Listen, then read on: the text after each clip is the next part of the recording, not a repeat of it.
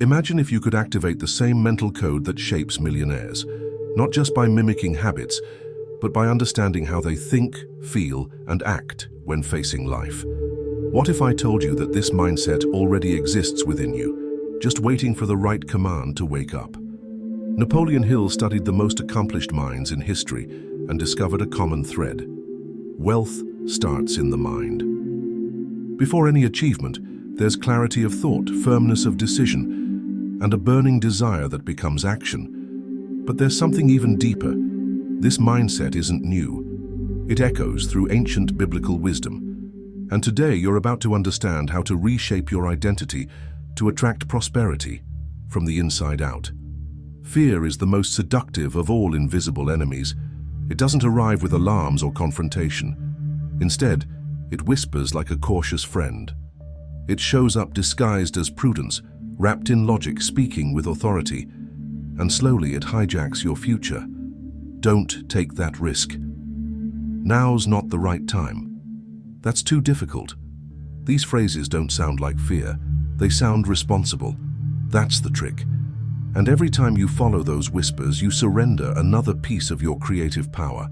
This kind of fear doesn't scream. It slides in unnoticed. It steals your movement by convincing you to wait.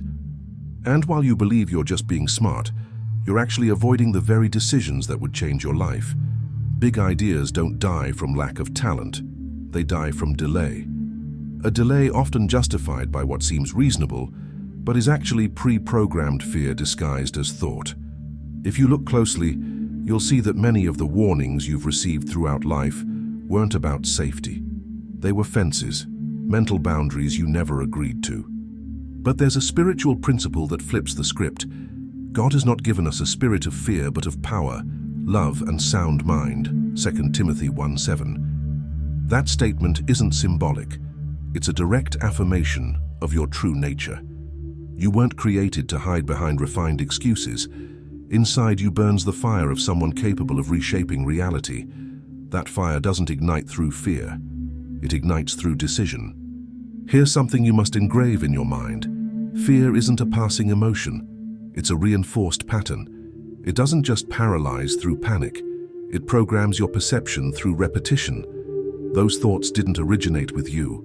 They came from home, school, work, from people who once meant well but were themselves trained to play small. And now, that voice sounds like yours. But it's not. It's an echo from someone else's fear. That's how the inner prison is built. Not with visible bars, but with invisible beliefs. You think you're choosing safety, but you're actually obeying an invisible mental script, one you never wrote. The more you follow it, the more it defines who you think you are. And soon, you're not acting from vision anymore. You're reacting from fear. That's how the average life is constructed, not by lack of effort, but by lack of clarity about who's really in charge inside your mind.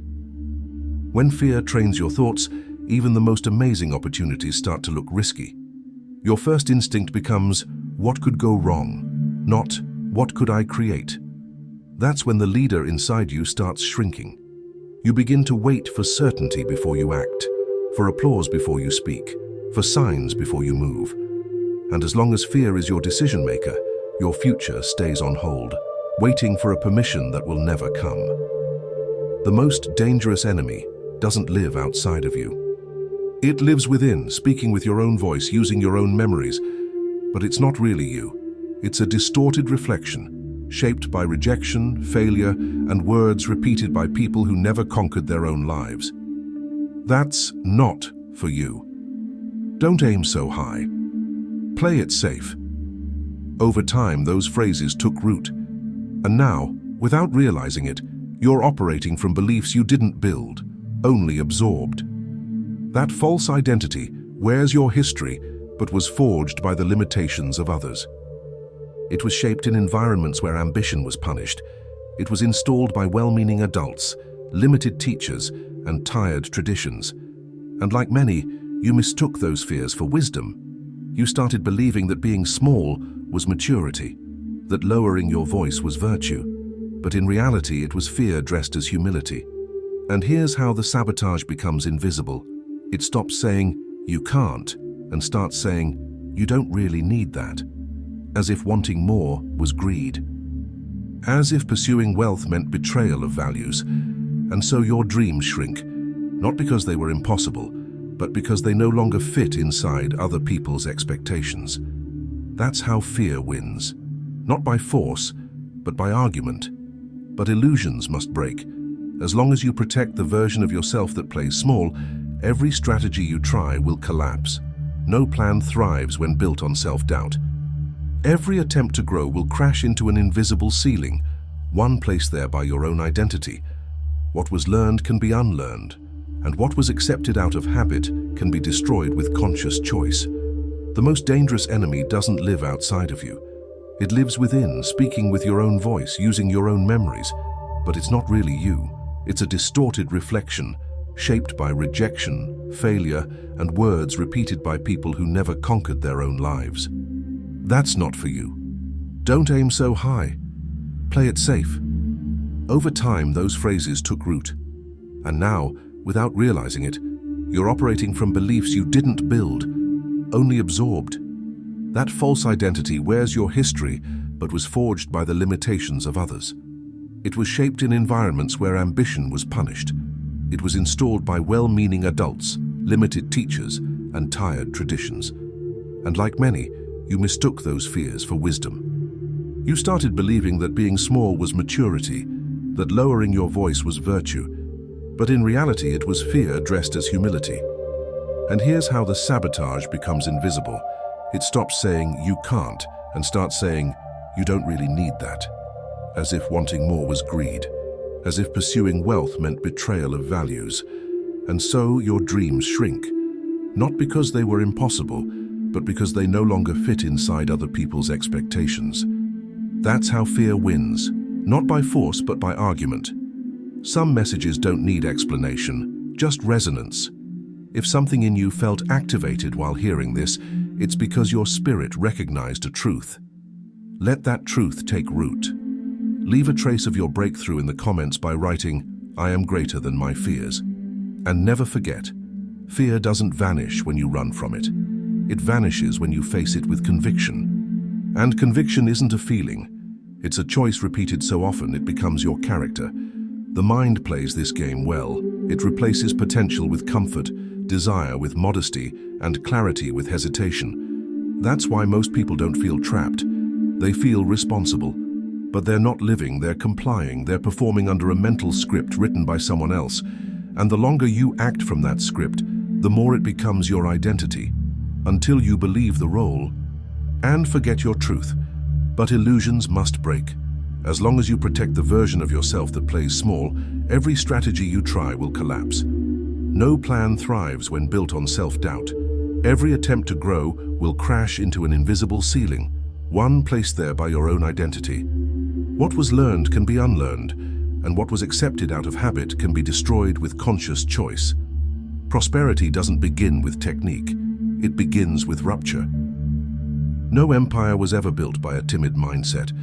No fortune grew from hesitation. Every path to wealth starts in the unseen, in a silent decision to abandon the version of yourself that hesitates, doubts, and seeks permission to exist.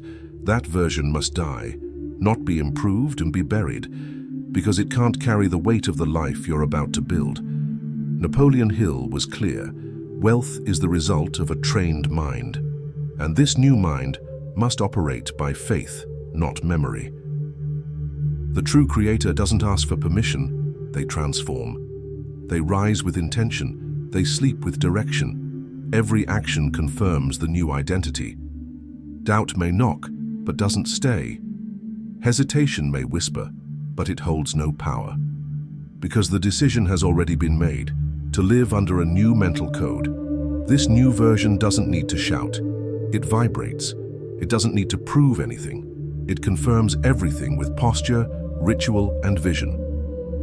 When you decide you are the source, the world realigns. Opportunities stop being random. They begin to respond to your presence. Money, instead of being a pursuit, becomes a reflection. You're not chasing wealth anymore, you're becoming it. Every focused thought, disciplined habit, and spoken word is a brick in the architecture of your future. and it's all being constructed from the inside out. You don't need a sign. You are the sign. You don't need luck. You are the builder.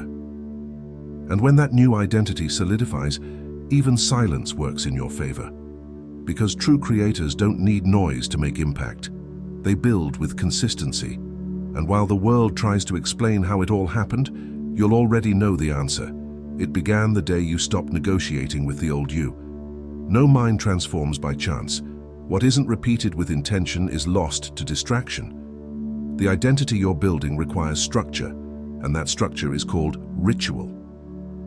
The most powerful people Napoleon Hill studied didn't rely on motivation. They operated by mental systems. They repeated declarations daily. They aligned action with vision. The brain was designed to believe what it hears most often, so anyone seeking inner mastery must plant words like seeds, deliberately and daily.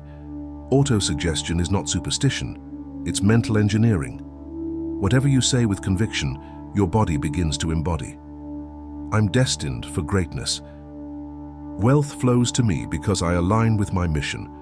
When repeated with belief, these words stop being affirmations and start becoming reality. The brain rewires, the posture shifts, and behavior follows thought. That's how champions are built, not in the arena but in the repetition before the battle. Visualize, affirm, repeat. These three actions must become sacred habits, your new spiritual discipline. Wake up and declare your vision. Go to bed in gratitude for a future already unfolding. Read what strengthens you. Listen only to what expands you. This isn't denial. This is deliberate creation. No identity survives without reinforcement, and no transformation holds without ritual. The world is full of people who try. They try to change, try to stay focused, try to succeed. But trying by itself creates nothing. Trying without a firm decision is just a fear-based desire. What truly transforms a life isn't short bursts of effort.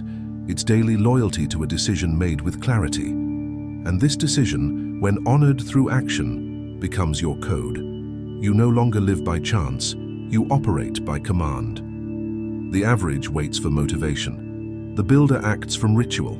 It doesn't matter if the mood is right, if conditions are ideal, or if anyone's watching. What matters is the direction. And once chosen, it doesn't bend. Willpower becomes law.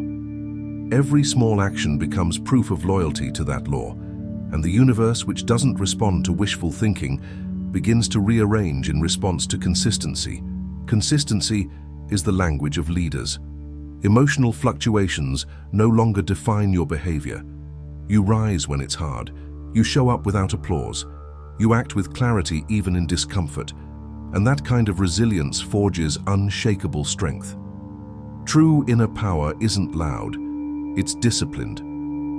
It builds silently while others complain, and when the storm comes, it doesn't flinch. This is how internal authority is formed, and once you hold that power over yourself, no outer obstacle can shake you. Because you no longer need conditions, you embody commitment. The disciplined no longer ask if they feel like doing the work. They do the work because it's who they are. Identity has replaced emotion. Mission has replaced mood. Now you must choose. Stay in cycles of half commitments and empty motivation, or become someone who acts with immovable intention. Because those who move with clarity, even in silence, bend reality. And reality shaped by decision becomes destiny. There comes a point where you stop waiting for motivation and start expecting results. Results are born when the mind stops doubting and starts declaring. Who you are today isn't a reflection of your past. It's a reflection of the standard you uphold. If you've already decided to win, then every move you make should align with that decision. Acting like you've already won isn't arrogance, it's alignment. Reality doesn't bow to begging. It bends to those who move with certainty. That certainty begins when you stop negotiating with fear and start enforcing new codes. You no longer ask for the perfect time. Time is already running. And your movement is the signal the universe has been waiting for. Your language changes, your posture changes, your energy changes. And when all of that aligns, doubt loses its grip. You become a reference, not because you demand it, but because your presence confirms it. Those who live in this state don't compete, they lead. They don't imitate, they embody. They don't hope, they build. You've already been given everything, the blueprint, the principles, the vision. All that remains is activation. The identity is defined, the structure is set, the seed has been planted. Now you must water it with relentless action. When that happens, success is no longer a possibility. It becomes a consequence. If this video spoke to your inner truth, subscribe now and dive into the next one. Your mind is ready to explore the deepest mysteries of success.